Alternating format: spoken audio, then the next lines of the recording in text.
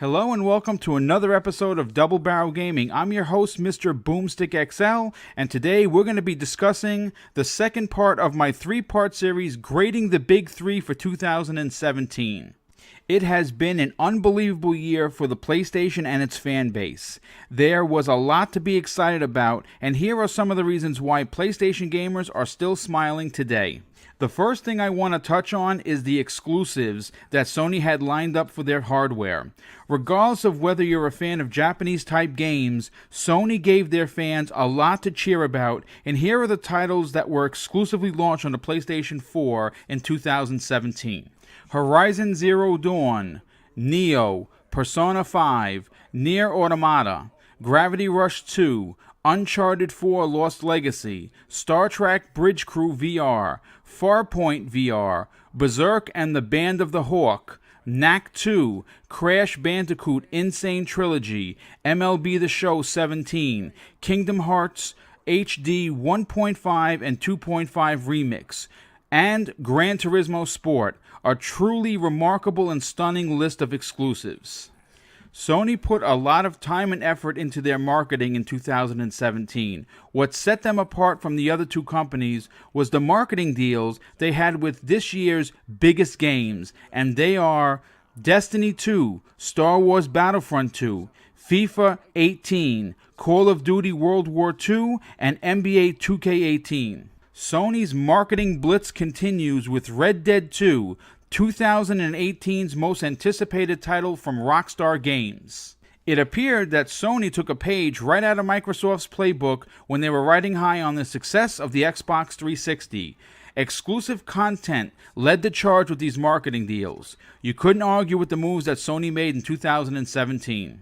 I'm moving on to a very popular topic, and that is console sales. It has been the talk of this generation, and Sony is leading in a way that was unforeseen by anyone. As reported by every major media outlet, Sony surpassed 70 million consoles sold worldwide. The PlayStation 4 has been selling like hotcakes, to say the least. What's unbelievable is that the Sony brand doesn't look like it's going to slow down anytime soon. Now, as you know, with report cards, there are going to be areas where Sony exceeded expectations. There are also going to be areas where I believe Sony not only let their fans down, but took a little shine off everything that was great about Sony in 2017.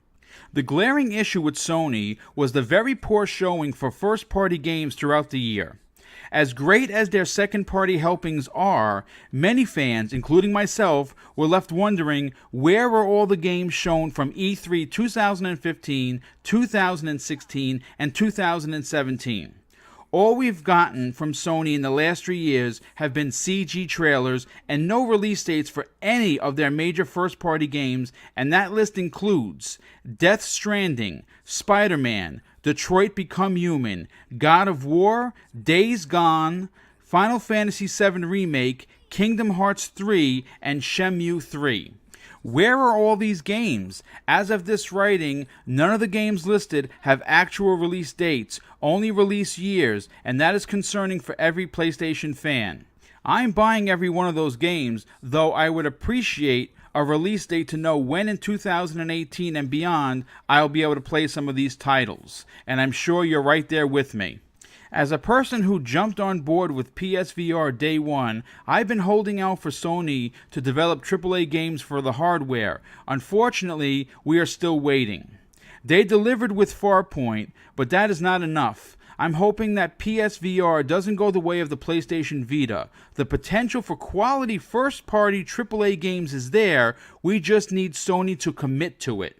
What lowers the score for Sony in this report card is the extremely poor showings that they had at E3 2017, Paris Game Week, and their own PSX, which had little to no new information on any of the first-party games.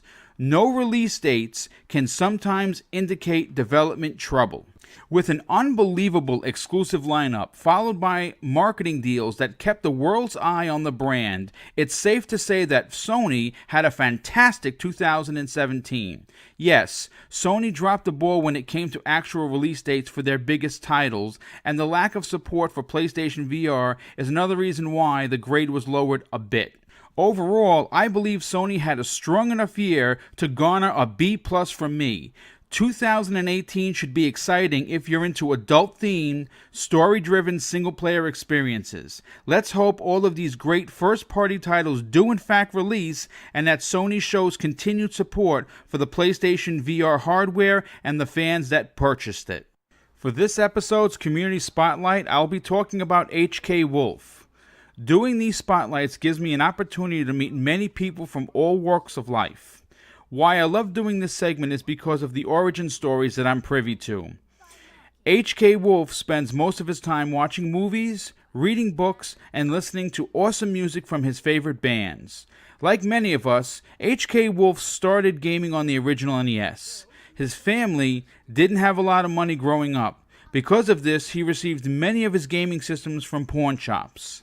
According to HK Wolf, this worked out just fine, as he was able to pick out many different types of games. He spent a lot of time blowing into NES carts to make them work, something all older gamers know all too well about. The OG Xbox became his go-to system because of the games like Fable and Morrowind. These days, he goes back and forth between PC and console gaming because of PC-only titles like Sid Meier's Civilization and Warhammer Total War. His hopes for Microsoft in the future is that they return to what made them great, releasing console-only exclusives like Fable. The two games occupying most of his time these days are PUBG and Gwent. The games he's most looking forward to in 2018 are Sea of Thieves, Far Cry 5, Red Dead Redemption 2, Anthem, and Vampire. HK Wolf is another solid member of the community who uses Twitter to speak about his favorite subjects, and that of course is gaming. Please consider following him on Twitter at HK_direwolf.